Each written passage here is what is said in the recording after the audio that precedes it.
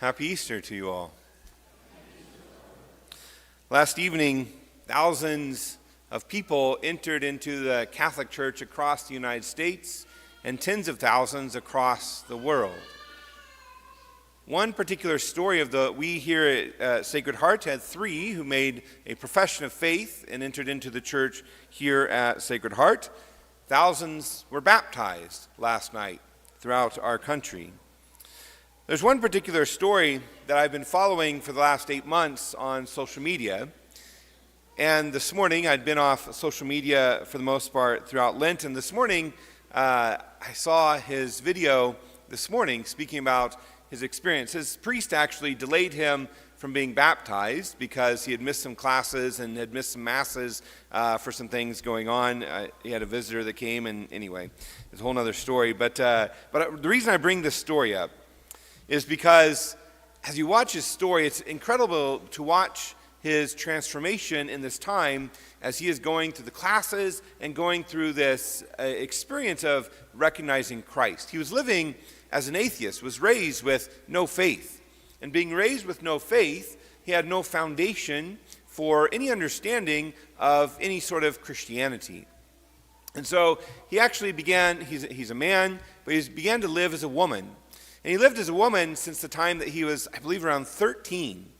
And so now he's in his mid-20s, and he was out for a walk, just out in nature, and kind of depressed, kind of in a low point, but he heard God speak to him.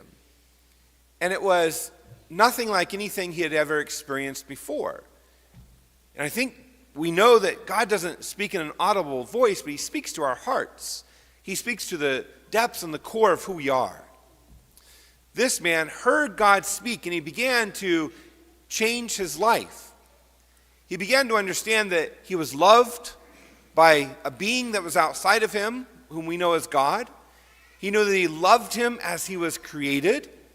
He knew he was loved by the way in which God had created him from the very beginning.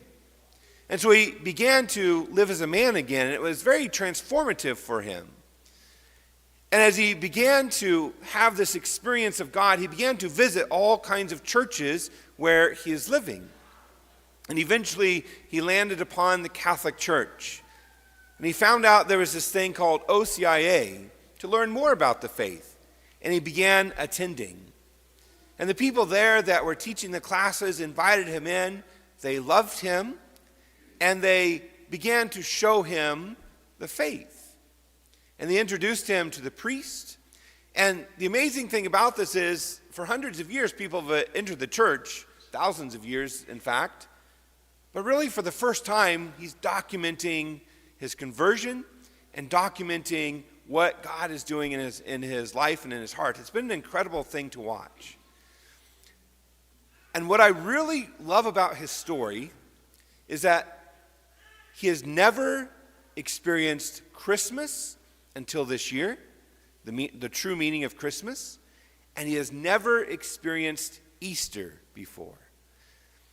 And as I was watching his video this morning, he attended the Easter Vigil last night, and as he was talking about what was going on in the Easter Vigil, and he was talking about his conversion and talking about just how he's longing for the sacraments, I began to realize that we all should have the same longing for the sacraments and for our life in Christ as he does. It's new to him, and that's why he has this deep longing, but that deep longing should never leave us. Our experience of the resurrection should never leave us. The joy that we experience, the joy that we know of what Christ has done for us, should be the first thing on our lips everywhere that we go. We should live out of that joy everywhere that we go. All of our thoughts should begin with the fact that Christ has died, and that he has risen, and that he has won our salvation for us so that we can be in union with him and be in union with him for all of eternity. That's what Easter is all about. Christ showing us his conquering of death, his conquering of our sorrows, his conquering of our tragedies, our traumas, and inviting us to live in him and to experience that light that shines in the darkness. Last night, as we began the Easter Vigil, one of my favorite images in all of our life in the church is when we bless the fire. And we bless the fire and we light this Easter candle for the very first time, the new Easter candle for the very first time.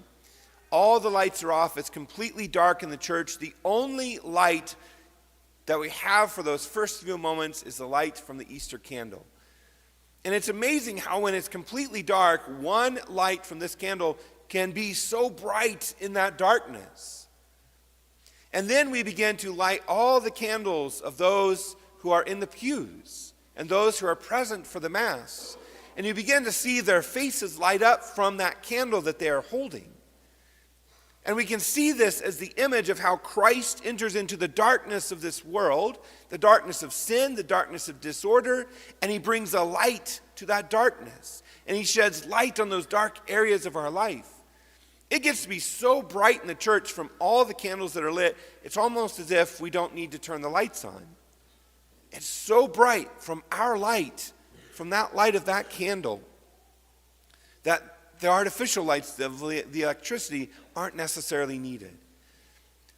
It's a sign to us of that from this one light of Christ, whom we know, whom we put our faith in, whom we receive in the sacraments, gives us the light. And we are meant to take that light out into the world that is filled with darkness, a world that is filled with tragedy, a world that is filled with war, a world that is filled with violence. And we are meant to transform every space that we are in, every space that we work in, every space that we go to school in, every space that we do our shopping in. Every space is meant to be touched by the risen Lord because of the way that we live our lives. I remember the first time that I had a real experience of Christ in my life in the sense that I began to take my faith as my own. I had been raised Catholic, baptized when I was just a few weeks old. Went to CCD every week. We didn't have a Catholic school. Went to high school, went off to college. In college, went to a Catholic college. We were required to take certain theology classes. And an introduction to theology class, we were walking through salvation history, similar to how we do at the Easter Vigil. There's 7 readings, and it talks about all the things about our salvation from the very beginning. And I remember the light just went on. And the light went on, and I was just like, it's all true. The real thought I had was, oh crap, my parents were right. And what did that mean for me? That meant that I had to live a certain way. That my life had to change if I recognized that everything that I had been taught and everything that I believed was true.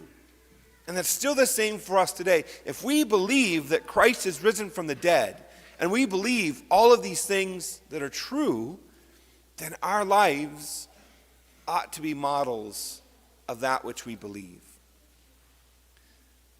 Our candidates last night, as they entered in the church, they said these words, I profess to be true all that the Holy Catholic Church teaches and believes and puts forth for our belief.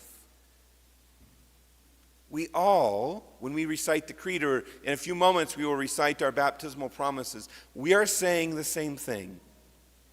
That we profess and believe all that is proposed and taught by the Holy Catholic Church. Fundamentally, all the way back to the resurrection of Christ, which makes all of it have its force. If Christ did not rise from the dead, everything that we do would be false.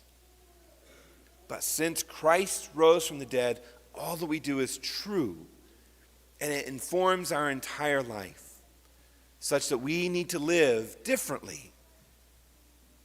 Differently means we live in the joy and the love and the mercy of Jesus Christ that has been won for us by his resurrection.